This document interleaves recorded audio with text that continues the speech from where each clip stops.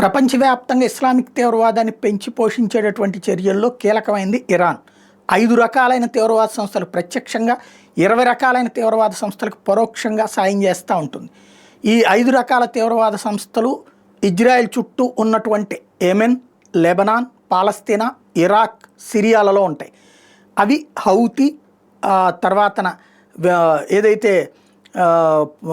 Hamas తీవ్రవాదులు, Islamic resistance force, Islamic jihadist force, ఇలాంటి తీవ్రవాద సంస్థలు ఉన్నాయి. అదే సందర్భంలో ఏదైతే వీళ్ళందరూ కూడా ఉమ్మడిగా యాక్టివిటీ చేసి మొన్న ఇజ్రాయెల్ మీద దాడి చేసి అక్కడ ఉన్నటువంటి వాళ్ళని కిడ్నాపులు చేసినటువంటి సంగతి చూసాం.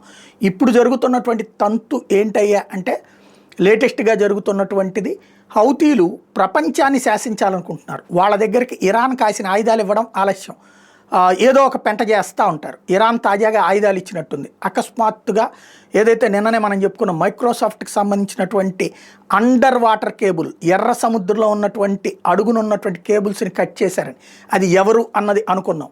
హౌతీ తీవ్రవాదులు మేమే కట్ చేసామని ప్రకటించారు.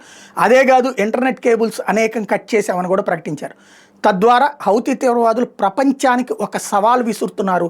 అమెరికా ఉన్నా, మీ వెనకాలన చైనా ఉన్నా, ఎవడున్నా సరే మా తీవ్రవాదం మాదే, మా ఇష్టం వచ్చినట్టు మేము చేస్తామనేటటువంటి ధోరణిని మరొకసారి బహిరంగంగా ప్రదర్శిస్తున్నారు. తీవ్రవాదాన్ని పెంచి పోషిస్తున్నటువంటి వెధవలు దీనికి సమాధానం చెప్పాలి.